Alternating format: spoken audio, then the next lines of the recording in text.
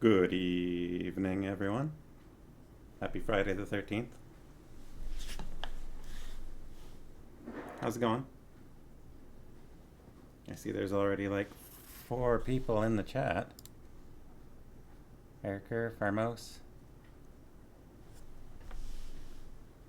Hello, Lily. Scary. Yeah, I couldn't find a mask, but I know Friday the 13th isn't the same exactly as Halloween light, like Halloween light or anything. But, what the heck? It's an excuse.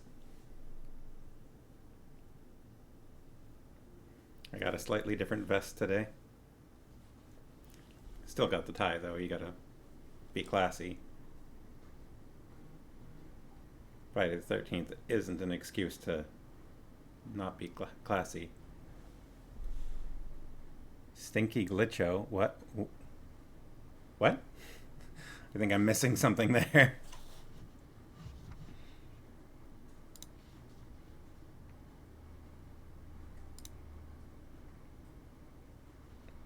Huh. Apparently the Sharkies are here, but they're not showing up in my viewer list. Thanks. Thanks, Barb.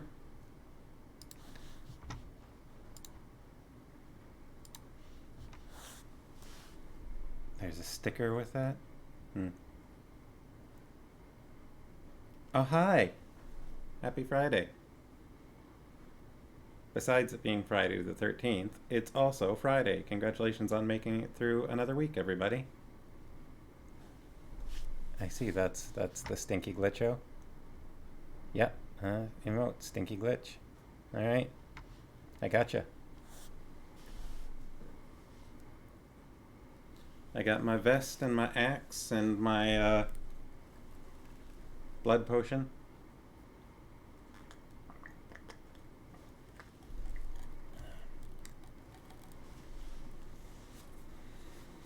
And a puppy in his bed. No, actually behind his bed. It looks like he's in his bed, but he's not. What am I holding? It's Friday the 13th. I'm just, prepared. Also, it might be somewhat fitting for the chapter that we're going to read today. Maybe. We'll see.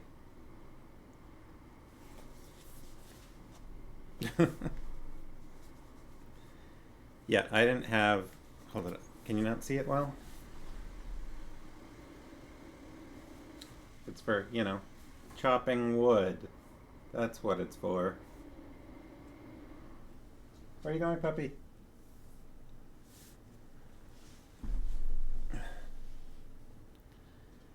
Just remembered, I still haven't figured out this black bar situation over here.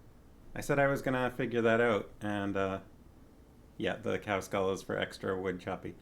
Yeah, I said I was gonna figure this out, and then I never did. I gotta figure out why it's doing that. It's gotta be something to do with the resolution not matching up or something like that. You like it?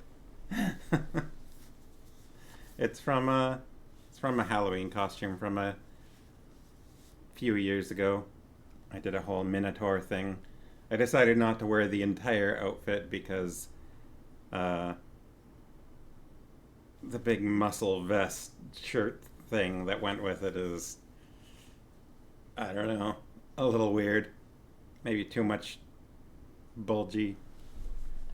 It's a little warm. We've got air conditioning, so it's, it could be worse. I might lose the fur vest in a little bit. We'll see. Even the air conditioning's having trouble keeping up today, though. It is still pretty warm here. That's part of that's part of why Puppy is so anxious right now. Yeah, like Farmhouse is just saying.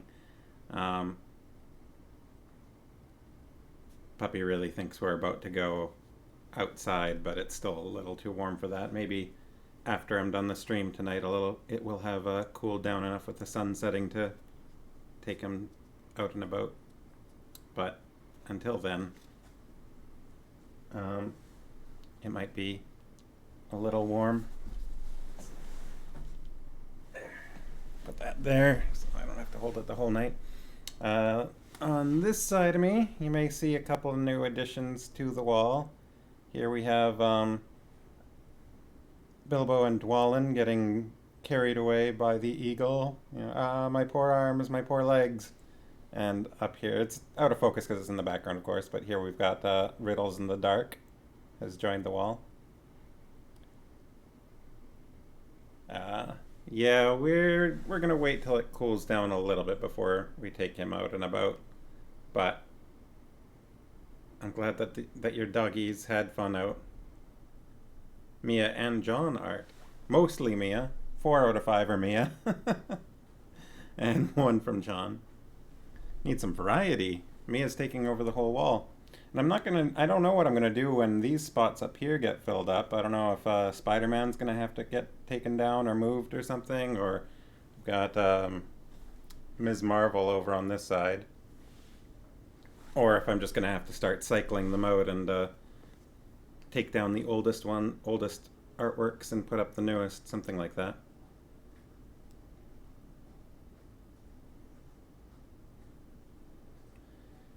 How's the sound and image? Can everyone hear and see all right? Tetris them. Yeah. Well, I mean, eventually there's going to run out of space, and the problem with Tetris is if you line it up too well, then stuff disappears, right? So last time we finished chapter 6. We actually finished on a solid chapter for the first time in a few streams. Chapter 6 was out of the frying pan into the fire. There were a few goblin songs. Barb's having some wine. I've just got water with some lemon and some mysterious potion ingredient that is totally not just cherry syrup.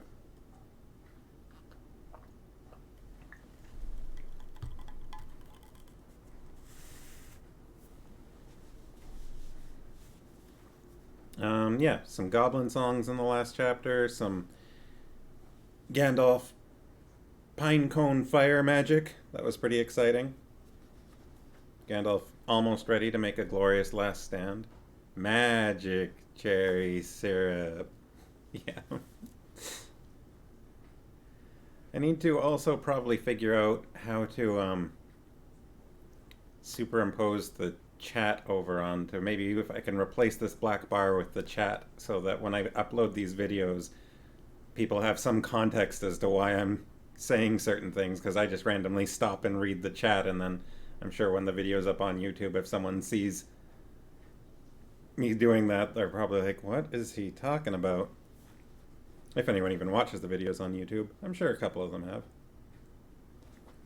have. Yeah, what else happened? I feel like there was something else that I thought of later that I wanted to talk about from the previous chapter. But I'm not entirely certain about that. We did have, they have views? Yeah, we did have Bilbo sneaking into the center of his friends and then removing the ring and pretending like he got there just by being all stealthy on his own and not through special magic and invisibility. And I thought that's kind of it's funny how vain Bilbo is and how that comes across and how he's totally willing to, he just wants a little bit of credit, so even if he has to lie about his own abilities in order to get it. I mean, I guess he didn't say that he doesn't have a magic ring, but also, that was something. I need to find that bit about the eagles. When the eagles first show up, there was something there that I thought was pretty funny.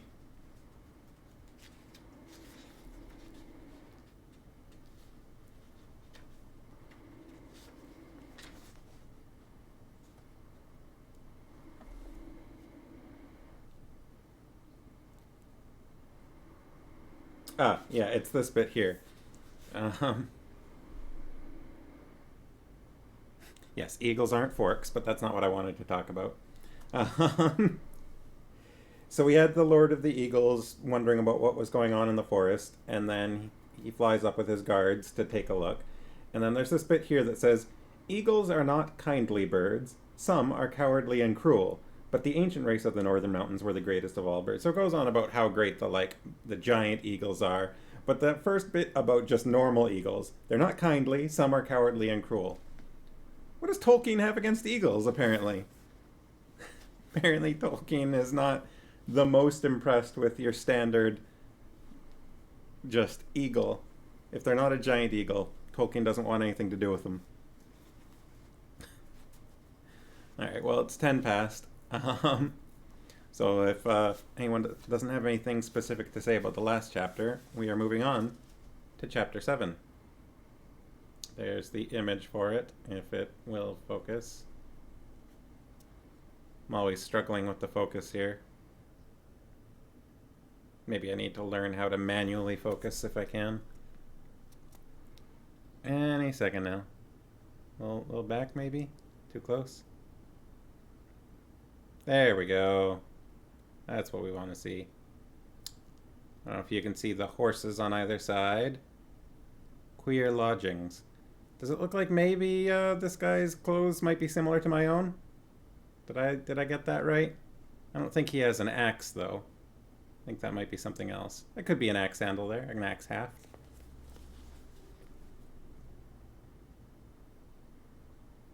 He's definitely got some kind of dagger in his belt. Sharkies have heard that garbage dump eagles are basically giant seagulls in terms of being annoying. And an eagle's scream is not so noble as you might think. If you ever hear an eagle crying out, it sounds an awful lot like a seagull. Alright, let's get started on chapter 7, Queer Lodgings. I guess, so where we left off, the eagles had agreed to take Gandalf and his companions a certain distance, not too close to the lands of men because they were a little worried about getting shot at with the men's great yew bows. So if anyone was wondering, the giant eagles are not completely, noble and self-sacrificial and willing to fly into dangerous areas. Not for any particular reason, but just in case anyone thought that maybe the eagles would be willing to fly into a dangerous land, they're not. And that's established here in The Hobbit, in case it comes up in any other books or movies, where people are constantly raising that irritating point that just doesn't make sense. I mean, never mind. No, I'm not salty. I'm not irritated. Oh, I gotta turn the lights on. What am I doing? It's getting dark in here, and I didn't get the lights going before I started, which I normally do. Since it's Friday the 13th, let's see. There's the lights, and let's make them a little redder. There we go. How's that? Is that spooky? Too bright. A little bit of red light. Could make them more red, but I don't want to mess around with that for too long. Alright, so, actually getting started. Chapter 7, Queer Lodgings. The next morning, Bilbo woke up with the early sun in his eyes. He jumped up to look at the time and to go and put his kettle on, and found he was not home at all. So he sat down and wished in vain for a wash and a brush. He did not get either, nor tea, nor toast, nor bacon for his breakfast, only cold mutton and rabbit. And after that he had to get ready for a fresh start. This time he was allowed to climb onto an eagle's back and cling between his wings. The air rushed over him, and he shut his eyes. The dwarves were crying farewells, and promising to repay the Lord of the Eagles if ever they could, as off rose 15 great birds from the mountain's side. The sun was still close to the eastern edge of things. The morning was cool, and mists were in the valley and hollows and twined here and there about the peaks and pinnacles of the hills. Bilbo opened an eye to peep, and saw that the birds were already high up, and the world was far away, and the mountains were falling back behind them into the distance. He shut his eyes and held on tighter. "Don't pinch," said his eagle. "You need not be frightened like a rabbit, even if you look rather like one. It is a fair morning with little wind. What is finer than flying?" Bilbo would have liked to say, A warm bath and late breakfast on the lawn afterwards. But he thought it better to say nothing at all, and let go his clutch just a tiny bit. After a good while, the eagles must have seen the point they were making for, even from their great height, for they began to go down, circling round in great spirals. They did this for a long while, and at last the hobbit opened his eyes again. The earth was much nearer, and below them were trees that looked like oaks and elms, and wide grasslands, and a river running through it all. But cropping out of the ground, right in the path of the stream which looped itself about it, was a great rock, almost a hill of stone, like a last outpost of the distant mountains, or a huge piece cast miles into the plain by some giant among giants. Quickly now, to the top of this rock, the eagles swooped, one by one, and set down their passengers. "Farewell," they cried, "wherever you fare, till your eyries receive you at the journey's end." That is the polite thing to say among eagles. "May the wind under your wings bear you where the sun sails and the moon walks," answered Gandalf, who knew the correct reply. And so they parted.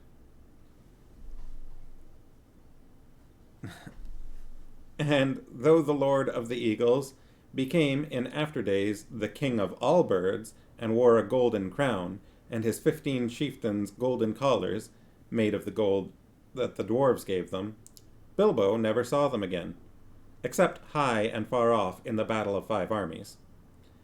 But as that comes in at the end of this tale, we will say no more about it just now. There was a flat space on the top of the hill of stone, and a well-worn path with many steps leading down it to the river, across which a ford of huge flat stones led to the grassland beyond the stream. There was a little cave, a wholesome one with a pebbly floor, at the foot of the steps and near the end of the stony ford. Here the party gathered and discussed what was to be done. "I always meant to see you all safe, if possible, over the mountains," said the wizard. "And now, by good management and good luck, I have done it. Indeed, we are now a good deal further east than I ever meant to come with you, for after all, this is not my adventure. I may look in on it again before it is all over, but in the meanwhile I have some other pressing business to attend to." The dwarves groaned and looked most distressed, and Bilbo wept. They had begun to think Gandalf was going to come all the way and would always be there to help them out of difficulties. "I am not going to disappear this very instant," said he. "I can give you a day or two more. Probably I can help you out of your present plight, and I need a little help myself.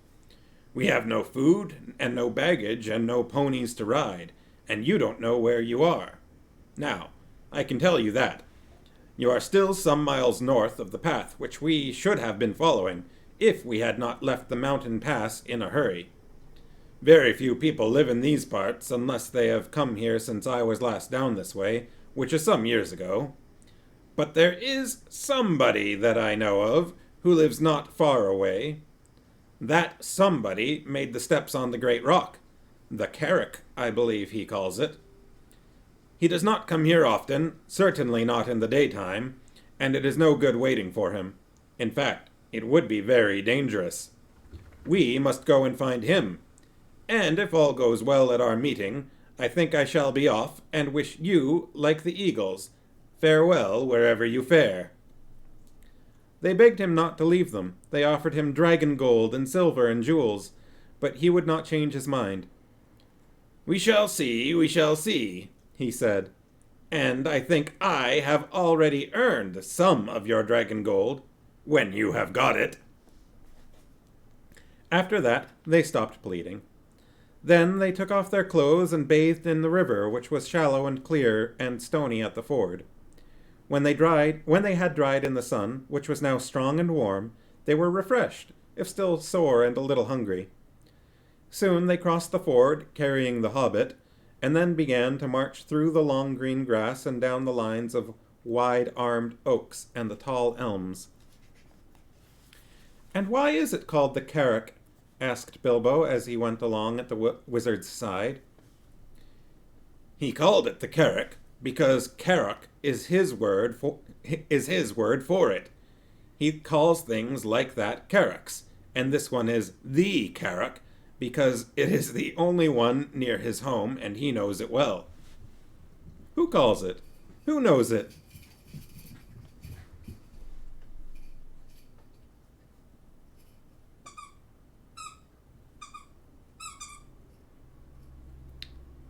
We've got a little interruption.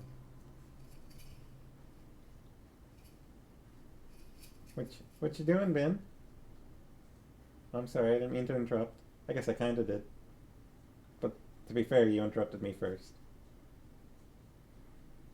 You having fun? You don't need to look so guilty.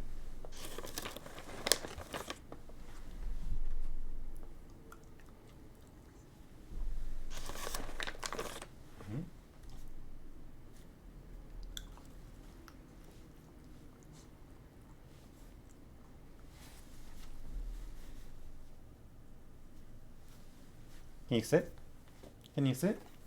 Sit? Come here.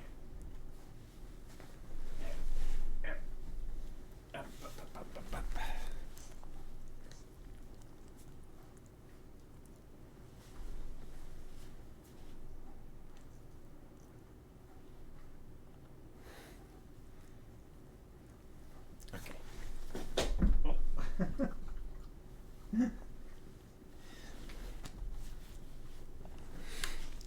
All right. Well, since I've got a slight interruption here, I might as well catch up on what's happening in chat. As a Brit, do you think maybe that eagles can be cowardly and cruel with some kind of America jab? Or, yeah? Sound effects? Did I miss something on sound effects? I'm not sure. It's called that because that's its name. Thanks, Gandalf. Gandalf is a bit more, yeah, well, I don't know. Gandalf is... I think we kind of talked about this before. Gandalf being very...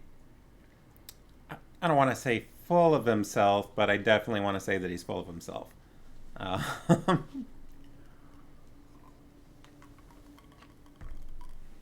He is a powerful and wise wizard, and he knows it, and he expects everybody else to know it. But it is kind of funny that he's here like, yes, we made it past the mountains through my wise management. I wonder if that's actually like just a little bit of sarcasm on his part. Squeaks. Oh, Erica meant squeaks. I didn't know when that was posted. Yeah, okay, that makes sense. Yeah, he just got a tiny bit of zooms there and needed to just do some dashing about and playing. Alright. Anyways, now that we're past that. So yes. It's called the Carrack because he calls things Carracks. So, is basically where we're at.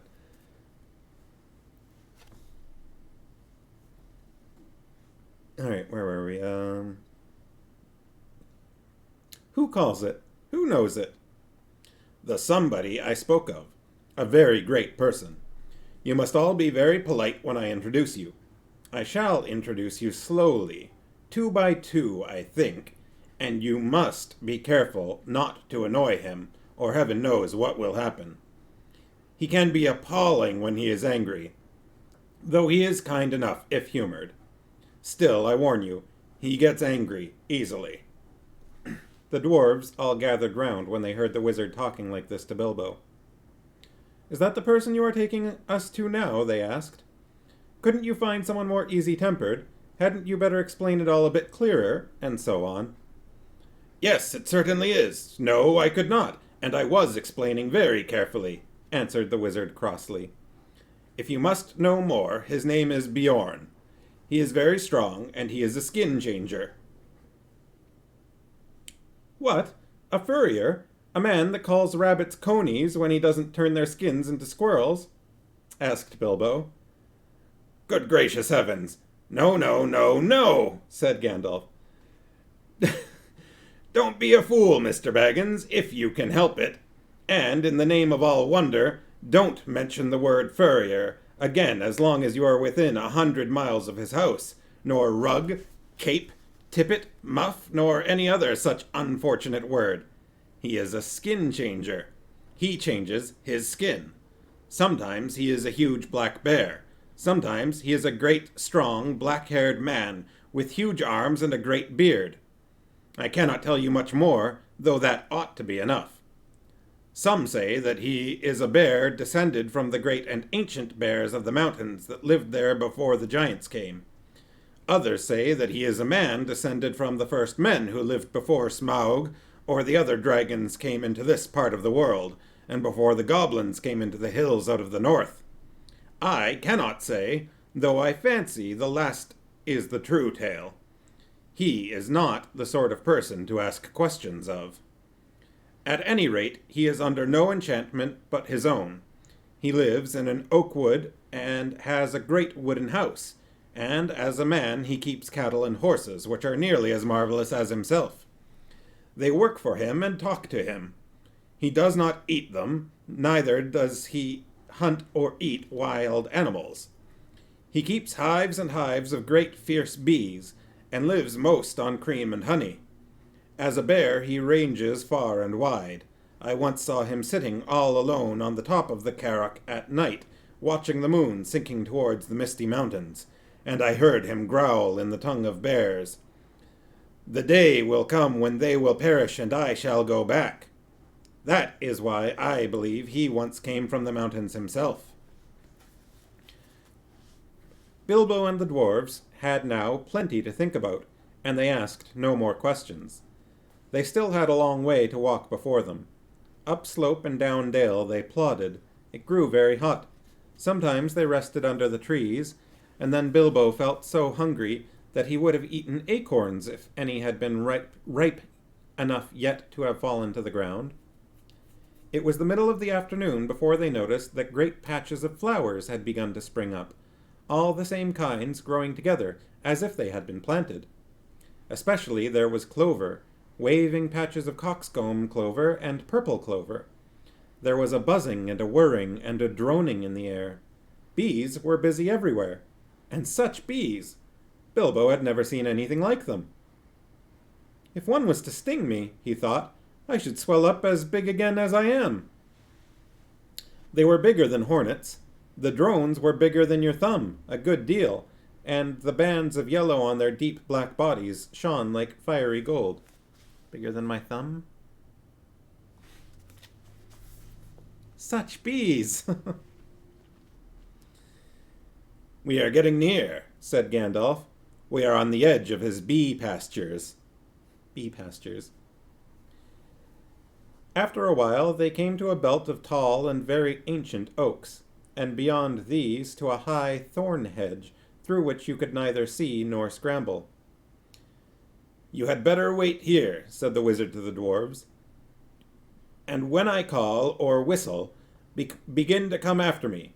You will see the way I go, but only in pairs, mind, about 5 minutes between each pair of you. Bombur is fattest and will do for 2, so he had better come alone and last.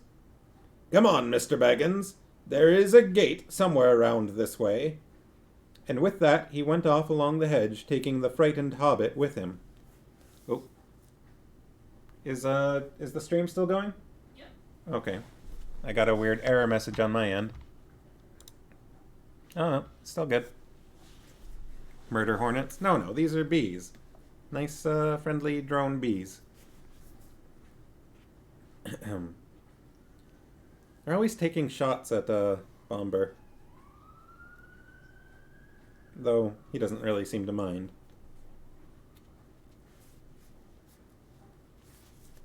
They soon came to a wooden gate, high and broad, beyond which they could see gardens and a cluster of low wooden buildings, some thatched and made of unshaped logs, barns, stables, sheds, and a long low wooden house. Inside, on the southward side of the great hedge, were rows and rows of hives, with bell-shaped tops made of straw. The noise of the giant bees flying to and fro and crawling in and out filled the air.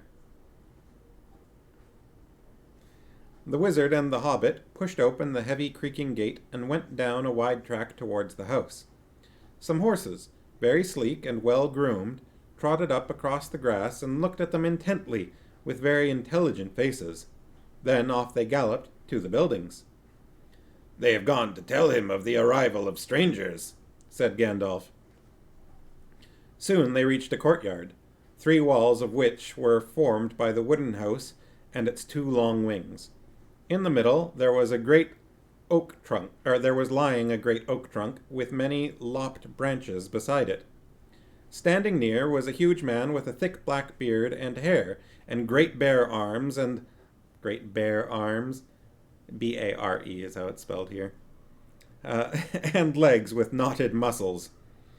He was clothed in a tunic of wool down to his knees, and he was leaning on a large axe. Oh, he was leaning on a large axe. I came prepared. Maybe my tunic isn't wool, but... Alright. The horses were standing by him, with their noses at his shoulder. Alright, let me figure out my Bjorn voice.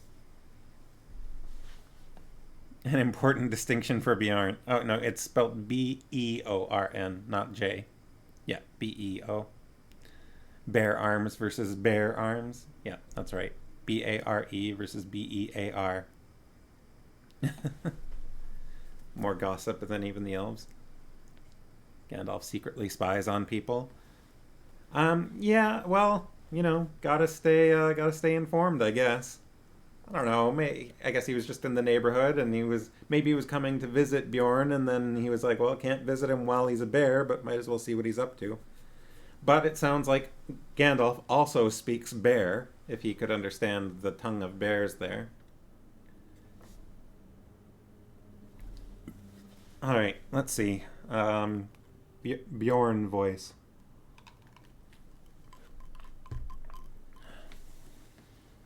I think it's got to be a deep voice, right? Deep, burly voice. Master manipulator, Gandalf. Yeah, I mean, he's very well planning out this encounter. You got to come 2 by 2. We can't overwhelm the guy. All right, let's see.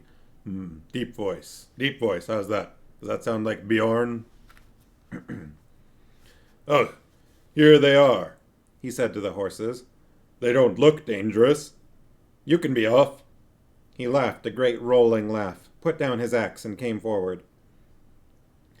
"Who are you, and what do you want?" he asked gruffly, standing in front of them, and towering tall above Gandalf. I guess maybe Gandalf didn't come to visit him before. As for Bilbo, he could easily have trotted through his legs without ducking his head to miss the fringe of the man's brown tunic. "I am Gandalf," said the wizard. "Never heard of him," growled the man. "And what's this little fellow?" he said, stooping down to frown at the hobbit with his bushy black eyebrows. "That is Mr. Baggins, a hobbit of good family and unimpeachable reputation," said Gandalf. Bilbo bowed. He had no hat to take off, and was painfully conscious of his many missing buttons. "I am a wizard," continued Gandalf. "I have heard of you, if you have not heard of me. But perhaps you have heard of my good cousin, Radagast, who lives near the southern borders of Mirkwood." I like Radagast. Radagast, yay. "Yes, not a bad fellow as wizards go, I believe. I used to see him now and again," said Bjorn. I feel like I should be growling a little more, but oh well. "Well, now I know who you are, or who you say you are. What do you want?" "To tell you the truth, we have lost our luggage and nearly lost our way, and are rather in need of help, or at least of advice. I may say we have had rather a bad time with goblins in the mountains." "Goblins?" said the big man, less gruffly. "Oh-ho, so you've been having trouble with them, have you? What did you go near them for?" "We did not mean to. They surprised us at night in a pass which we had to cross. We were coming out of the lands over west in these countries. It is a long tale." Then you had better come inside and tell me some of it, if it won't take all day, said the man, leading the way through a dark door that opened out of the courtyard into the house. What is your quest? Following him, they found themselves in a wide hall with a fireplace in the middle. Though it was summer, there was a wood fire burning, and the smoke was rising to the blackened rafters in search of the way out through an opening in the roof. They passed through this dim hall, lit only by the fire and the hole above it, and came through another smaller door into a sort of veranda, propped on wooden posts made of single tree trunks. It faced south and was still warm and filled with the light of the westering sun which slanted into it and fell golden on the garden full of flowers that came right up to the steps.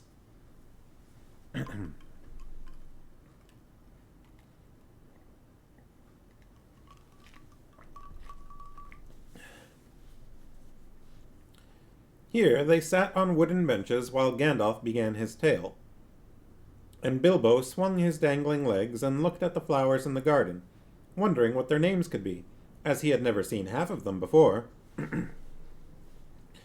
I was coming over the mountains with a friend or two, said the wizard. Or two? I can see only one, and a little one at that, said Bjorn. Well, to tell you the truth, I did not like to bother you with a lot of us until I found out if you were busy. I will give a call, if I may. Go on, call away. I feel like I'm losing the voice. I need to go a bit deeper. So Gandalf gave a long, shrill whistle, and presently Thorin and Dori came round the house by the garden path and stood bowing low before them. 1 or 3, you meant, I see, said Bjorn. But these aren't hobbits, they are dwarves. Thorin Oakenshield, at your service. Dori, at your service, said the two dwarves, bowing again. I don't need your service, thank you, said Bjorn, but I expect you need mine. I am not over fond of dwarves, but if it is true you are Thorin, son of Thrain, son of Thror, I believe, and that your companion is respectable, and that you are enemies of goblins and are not up to any mischief in my lands, what are you up to, by the way? They are on their way to visit the land of their fathers, away east beyond Mirkwood, put in Gandalf. And it is entirely an accident that we are in your lands at all. We were crossing by the high pass that should have brought us to the road that lies to the south of your country, when we were attacked by the evil goblins, as I was about to tell you. Go on telling, then, said Bjorn, who was never very polite. There was a terrible storm, and the stone giants were out hurling rocks, and at the head of the pass we took refuge in a cave, the Hobbit and I and several of our companions. Do you call 2 several? Well, no. As a matter of fact, there were more than 2. Where are they? Killed, eaten, gone home? Well, no. They don't seem all to have come when I whistled. Shy, I expect. You see, we are very much afraid that we are rather a lot for you to entertain. Go on, whistle again. I am in for a party, it seems, and 1 or 2 more won't make much difference, growled Bjorn. Gandalf whistled again, but Nori and Ori were there almost before he had stopped, for, if you remember, Gandalf had told them to come in pairs every 5 minutes. Hello, said Bjorn. You came pretty quick. Where were you hiding? Come on, my jack-in-the-boxes. Nori at your service. Nori at... They began, but Bjorn interrupted them. Thank you. When I want your help, I will ask for it. Sit down and let's get on with this tale, or it will be supper time before it is ended. As soon as we were asleep, went on Gandalf, a crack at the back of the cave opened. Goblins came out and grabbed the Hobbit and the dwarves and our troop of ponies. Troop of ponies? What were you, a traveling circus? Or were you carrying lots of goods? Or do you always call 6 a troop? Oh, no. As a matter of fact, there were more than 6 ponies, for there were more than 6 of us. And well, here are 2 more. Just at that moment, Balin and Dwalin appeared and bowed so low that their beards swept the stone floor. The big man was frowning at first, but they did their very best to be frightfully polite, and kept on nodding and bending and bowing and waving their hoods before their knees, in proper dwarf fashion, till he stopped frowning and burst into a chuckling laugh. They looked so comical. "Troop was right," he said. "A fine comic one. Come in, my merry men, and what are your names? I don't want your service just now, only your names. And then sit down and stop wagging." "Balin and Dwalin," they said, not daring to be offended, and sat flop on the floor, looking rather surprised. "Now go on again," said Bjorn to the wizard. "Where was I? Oh, yes, I was not grabbed. I killed a goblin or 2 with a flash." "Good," growled Bjorn. "It is some good being a wizard, then." "And slipped inside the crack before it closed. It followed down into the main hall, which was crowded with goblins. The great goblin was there, with 30 or 40 armed guards. I thought to myself, even if they were not all chained together, what can a dozen do against so many?" "A dozen? That's the first time I've heard 8 called a dozen. Or have you still got some more jacks that haven't yet come out of their boxes?" "Well, yes, there seem to be a couple more here now. Feely and Keely, I believe," said Gandalf, as these 2 now appeared and stood smiling and bowing. "That's enough," said Bjorn. "Sit down and be quiet. Now go on, Gandalf." So Gandalf went on with the tale, until he came to their fight in the dark, the discovery of the lower gate, and their horror when they found that Mr. Baggins had been mislaid. "We counted ourselves and found that there was no hobbit. There were only 14 of us left." 14? That's the first time I've heard 1 from 10 leave 14. You mean 9, or else you haven't told me yet all the names of your party. Jigs up.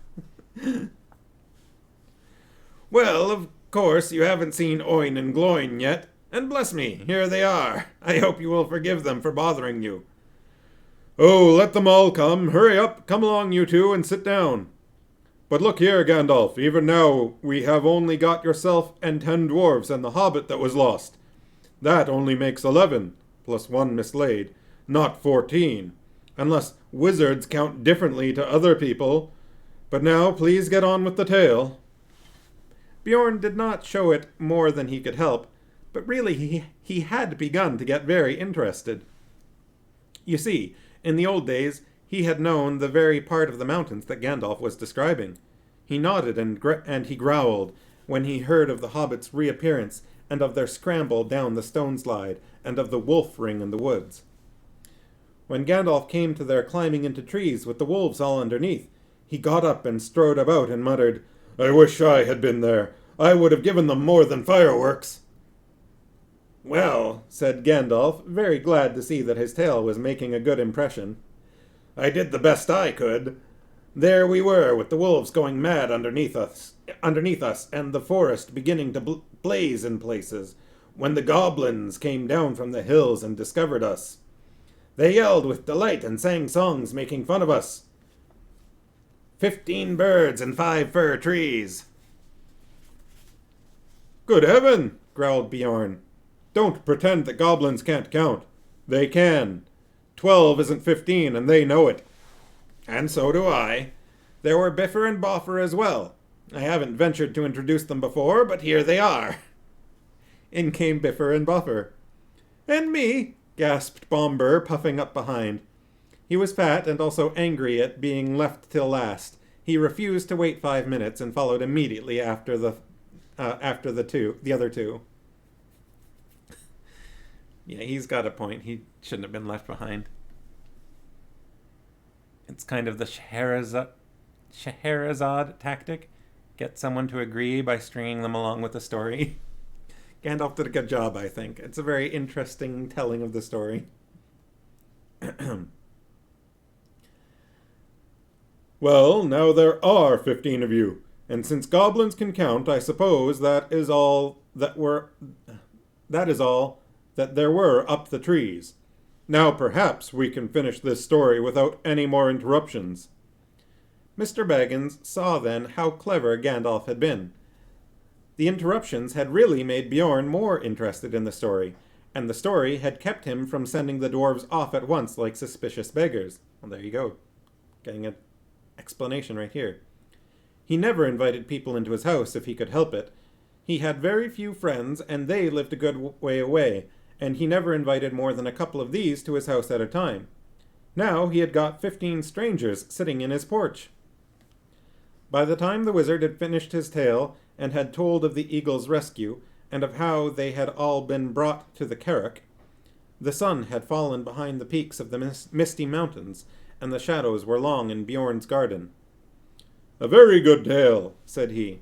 "The best I have heard for a long while. If all beggars could tell such a good one, they might find me kinder. You may be making it all up, of course, but you deserve a supper for the story all the same. Let's have something to eat." "Yes, please," they all said together. "Thank you very much." Fat jokes everywhere. Well, yeah, kinda. I guess it's just basically just calling him fat. I don't know. They're not exactly cracking jokes. They're just stating it, but they're not treating him very nicely about it. Inside the hall, it was now quite dark. Bjorn clapped his hands, and in trotted 4 beautiful white ponies and several large, long-bodied gray dogs. The dogs hadn't been mentioned before.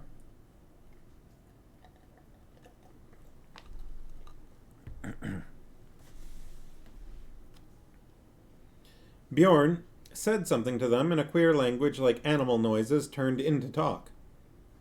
They went out again, and soon came back carrying torches in their mouths, which they lit at the fire and stuck in low brackets on the pillars of the hall about the central hearth.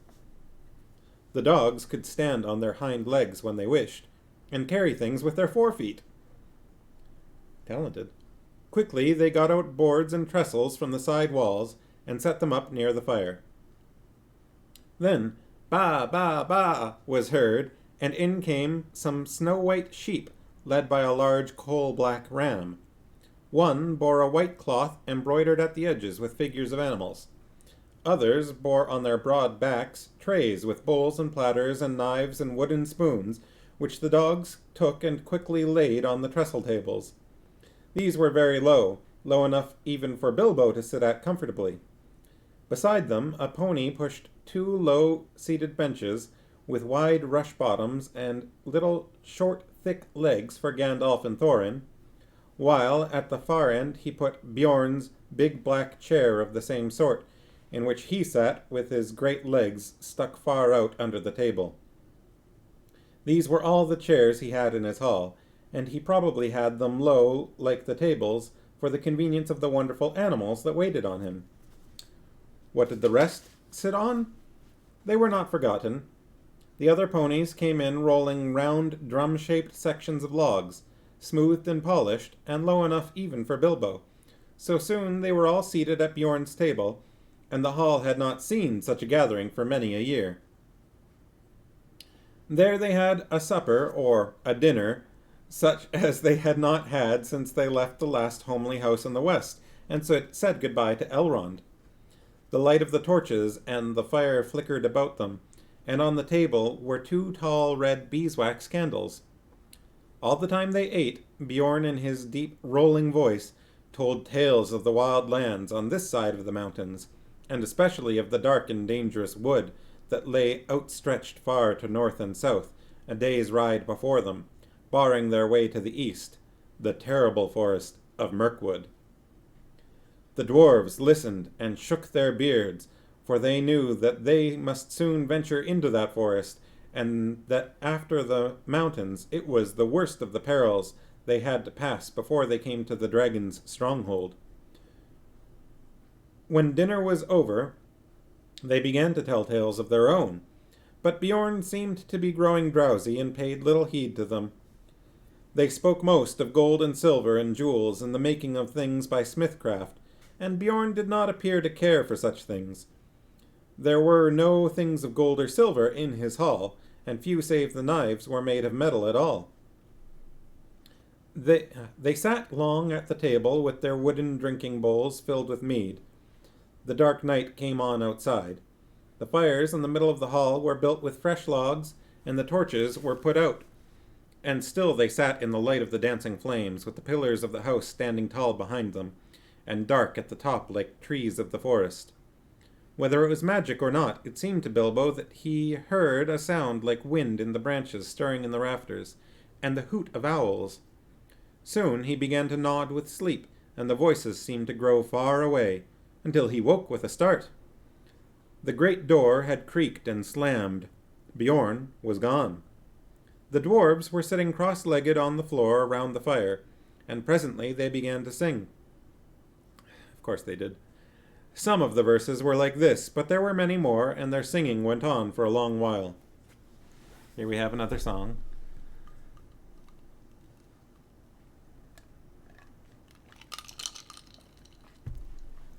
They were not forgotten, just in case you thought they were.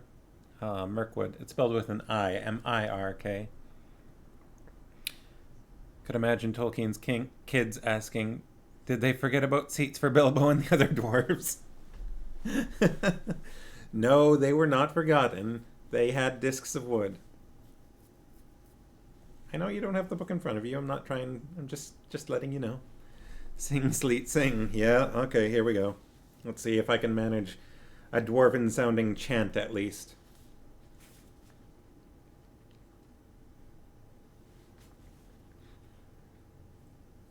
Alright, their singing went on for a long while. The wind was on the withered heath, but in the forest stirred no leaf. Their shadows lay by night and day, and dark things silent crept beneath. The wind came down from mountains cold, and like a tide it roared and rolled. The branches groaned, the forest moaned, and leaves were laid upon the mould. The wind went on from west to east, all movement in the forest ceased, but shrill and harsh across the marsh its whistling voices were released. The grasses hissed, their tassels bent, the reeds were rattling, on it went, o'er shaken pools under heavens cool, where racing clouds were torn and rent. It passed the lonely mountain bare, and swept above the dragon's lair. There black and dark laid boulders stark, and flying smoke was in the air. It left the world and took its flight, over the wide seas of the night. The moon set sail upon the gale, and stars were fanned to leaping light. Bilbo began to nod again. Suddenly, up stood Gandalf. "It is time for us to sleep," he said. "For us, but not, I think, for Bjorn. In this hall we can rest sound and safe, but I warn you all not to forget what Bjorn said before he left us. You must not stray outside until the sun is up, on your peril." Bilbo found that beds had already been laid at the side of the hall, on a sort of raised platform between the pillars and the outer wall. For him there was a little mattress of straw and woolen blankets. He snuggled into them very gladly, summertime though it was. The fire burnt low, and he fell asleep. Yet in the night he woke. The fire had now sunk to a few embers. The dwarves and Gandalf were all asleep, to judge by their breathing. A splash of white on the floor came from the high moon, which was peering down through the smoke hole in the roof. There was a growling sound outside, and a noise as of some great animal scuffling at the door. Bilbo wondered what it was, and whether it could be Bjorn in enchanted shape, and if he would come in as a bear and kill them. He dived under the blankets and hid his head, and fell asleep again, at last, in spite of his fears. Let's see how much we have left of the chapter. This is a longer one. We've got about 13 pages left, and we're coming up on 8 o'clock, and it is Friday the 13th with 13 pages left, so maybe we should stop there. What do you guys think? Stop at sleeping time for the dwarves and the hobbit and the wizard? I think it's a good spot.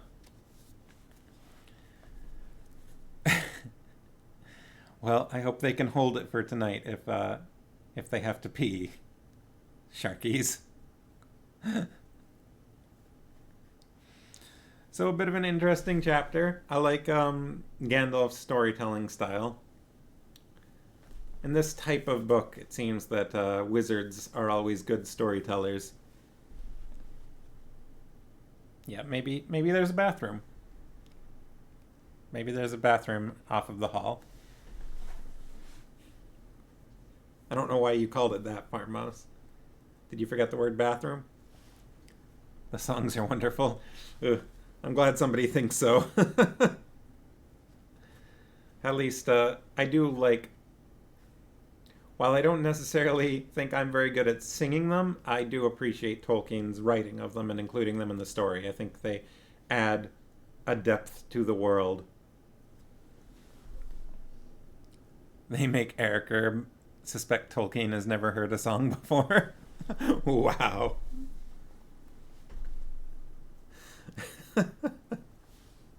Harsh. That's just me.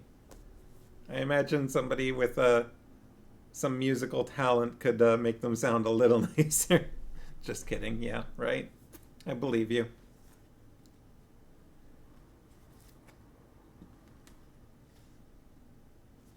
Once we get there, and the next chapter is titled Flies and Spiders. So, I'm sorry if anybody's got some arachnophobia. They probably best have the rhythm of bar songs. Yeah, I imagine they've got kind of a chanting flow to them. And I mean, dwarven songs versus elven songs versus goblin songs. I think those are the three types we've had so far. Just sing one to the tune of Piano Man.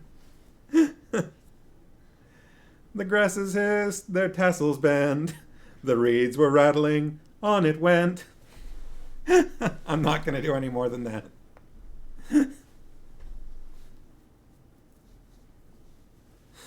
Oh boy.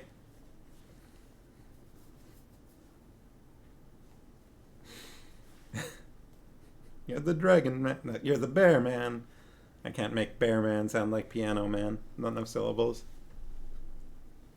Oh boy. Werebear man. Oh, werebear man. Werebear man almost sounds like piano man. Skin changer man. So we've got a little bit of Gandalf being manipulative again in this chapter. He does that a lot, huh? Like he was manipulative with the dwarves and with Bilbo. Ursine man. Alright. Give us some food, you're the werebear man. It's like the old church hymns, though. They were literally bar songs with different words. Wow.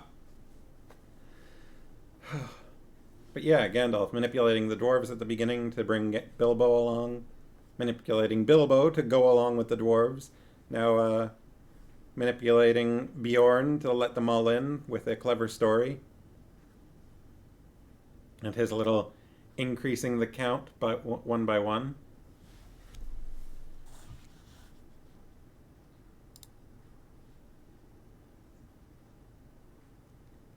There's a few people in the stream right now whose names I don't recognize. Hi, everybody. Hope you're having fun. We're just about done here.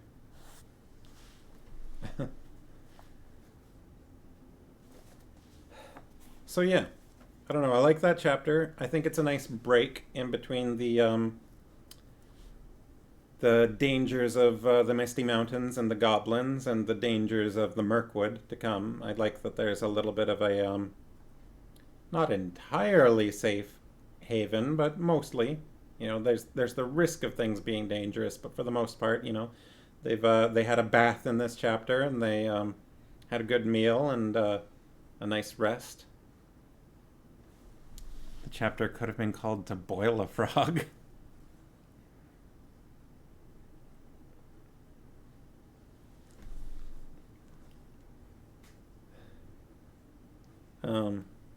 So that's some good pacing, I think. Also, there was that little mention of Bilbo did not see the great eagles again, except for from a distance at the Battle of Five Armies. That's some foreshadowing there. And interesting how they straight up drop. There's going to be a Battle of Five Armies, but we'll get to that later. Like, just something to keep you enticed in case you were wondering what's to come. It's an interesting storytelling tactic, I think. Just I'm just going to tell you about something that'll happen later, but then we'll get back to that. I wonder how that happened in the writing process. Like, I wonder if Tolkien was writing this from beginning to end and just decided there was going to be a Battle of Five Armies, or if he wrote it all the way through and then, upon coming back through it later, dropped it in that detail here. I'm curious about that process.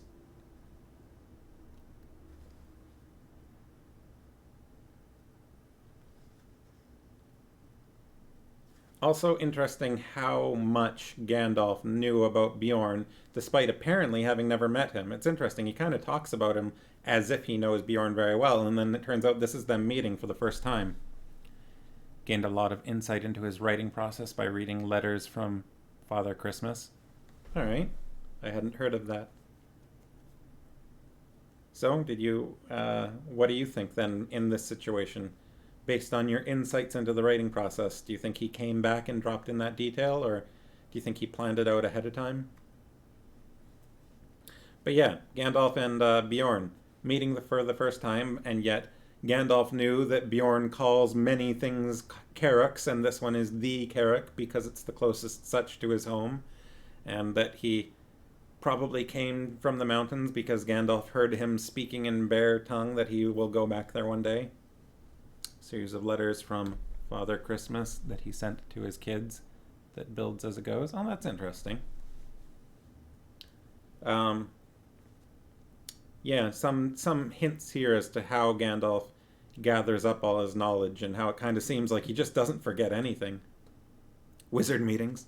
Oh yeah, speaking of, the first mention of, well, one of the few mentions of Radagast. Radagast, he calls him Radagast the Brown, doesn't he? Nope, just Radagast. Yeah, a brief mention, but I think that's probably the first... Is that the first naming of another wizard besides Gandalf? I'm pretty sure other wizards have been mentioned, but I think this is the first named one. Because there's only like 12 or 13 wizards total, I think. If that. There are very few wizards in Middle-earth. They are a rare breed, it seems. And we don't even know the names of all of them. Like, even after all of the other books, including the Silmarillion, there's still like the two blue wizards who I think never get named. I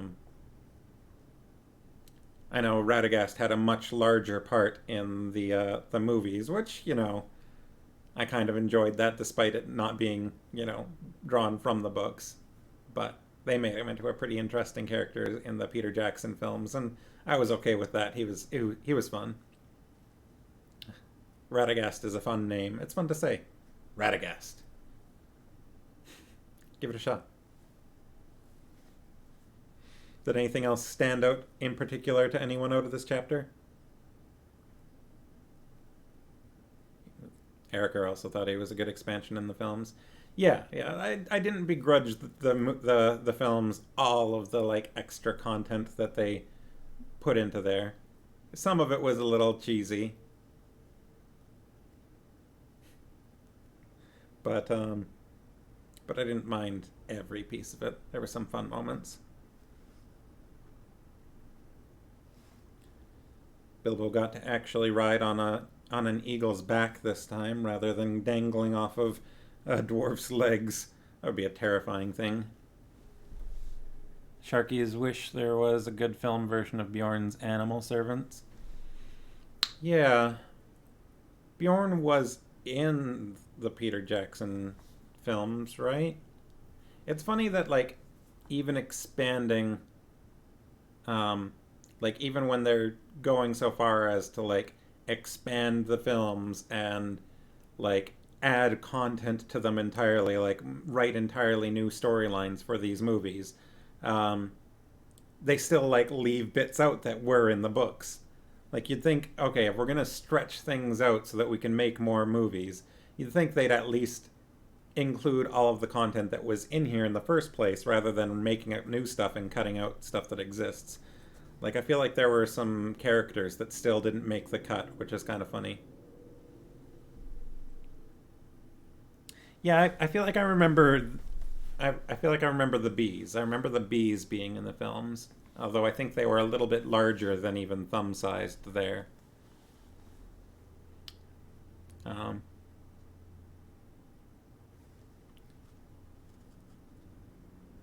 Bjorn, big guy surviving on cream and honey.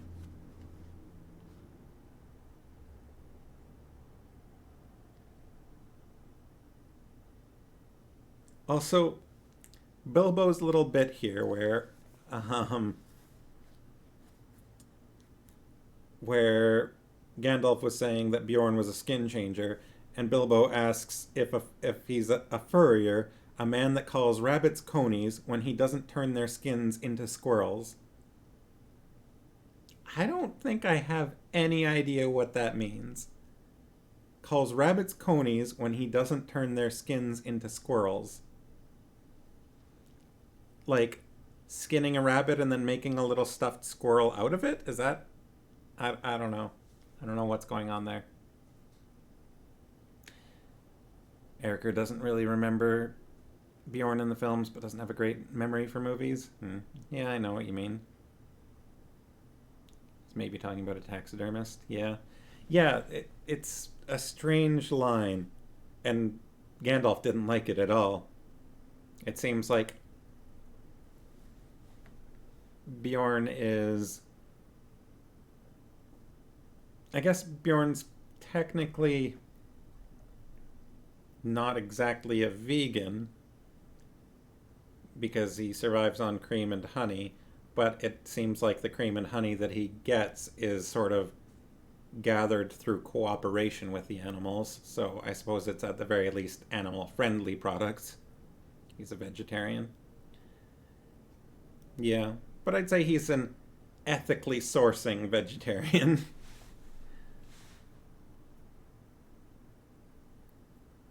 Very little about. Yeah. Would a furrier use one pelt to taxidermy other animals? Yeah, it's strange. I guess it's maybe like a taxidermist stuffs animals, and maybe a furrier makes toys out of animals or something, like out of skins. Seems like he's able to ask the animals for their goods. Yeah. Erica doesn't recall him mentioning cows. What animal supplies the cream? I don't think it's chipmunk milk. There were sheep. Maybe it's sheep milk. Horse milk. Could be horse milk, but I think the sheep are more likely than horses. Maybe it's all different kinds. Who knows? Maybe it's bee milk. What? I guess that's the honey. Gandalf said he had cows. I don't remember Gandalf mentioning cows. He might have, but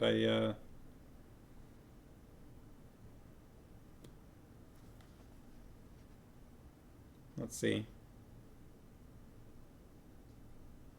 Oh, well, Gandalf says he keeps cattle and horses. So he keeps cattle. I guess that possibly answers that. Erica really wants it to be chipmunk milk. I don't know, he keeps all those dogs about, and as we saw recently, dogs love to chase chipmunks. All dogs. All dogs chase chipmunks. Isn't that right, Benedict? See, I said his name one time. Let's see if that's enough. Maybe not. I know what. We'll do it, though.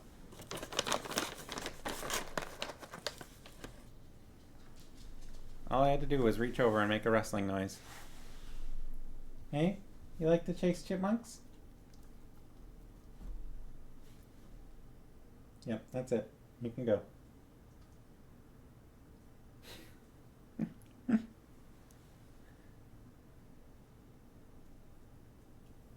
He likes to chase treats. Yeah. All right. So we are a little more than halfway through that chapter, and I think we'll finish that up on Monday.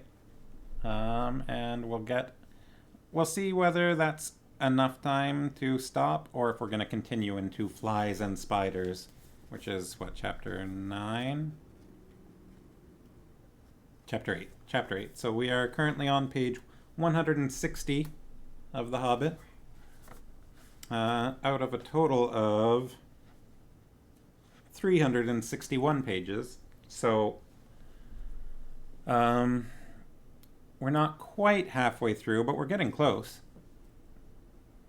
So we'll have to talk sometime about what we're going to read after we finish this. Do a little poll or something like that. I wonder if I can post a poll easily for people to choose some options from, because I was discussing with Farmos recently a few different options, and there's a lot of good books that I'd love to read. I don't know that I'm wanting to go straight into Lord of the Rings after this one, because that's a huge endeavor and a much more serious story. It's not quite so lighthearted. And while it has been quite a while since I've read Lord of the Rings, I read The Hobbit much more frequently. I don't know whether that's going to be the best option for doing on a stream, but we can talk about it. We had a few other choices, such as The Belgariad, starting with Pawn of Prophecy. That's one of my favorite series. Or A Wizard of Earthsea by Ursula Le Guin. That's a beautiful series, and one where we could easily just read the first book and not necessarily do the whole series. The Discworld. That was an option that we were talking about, was Discworld, reading a Discworld novel or two. Erica likes the idea of Earthsea. Wizard of Earthsea is a great book, and it's got a sort of a similar storytelling style. Not exactly the same. I'd say Wizard of Earthsea is a bit more serious in its tone. But yeah, we talked about a few different options. And so something to think about, and something for you guys to think about if everyone that's watching wants to think about mythical tone for Earthsea. If you all want to think about what your choice would be, and maybe we'll post a poll or get everyone to list out their favorite options, do their own little vote in the chat or something later on when we're getting closer to the end. Because a poll would be tricky, because then like the Sharkies wouldn't all get their votes, and we got to make sure that everyone there. So maybe at the end of one of the streams or something, we'll pull out a bunch of different options to show the books off and talk about exactly what they're like, so that anyone that hasn't read them before has an idea of what we might be getting into. Seeing a lot of Earthsea right now, but I guess that's just from two people. Erica likes children's books for read aloud. Well, I mean, I suppose you can call the Hobbit a children's book, but that also feels... Is that an accurate labeling? I guess you would know better than I. As it's part of your profession. Children of all ages, right?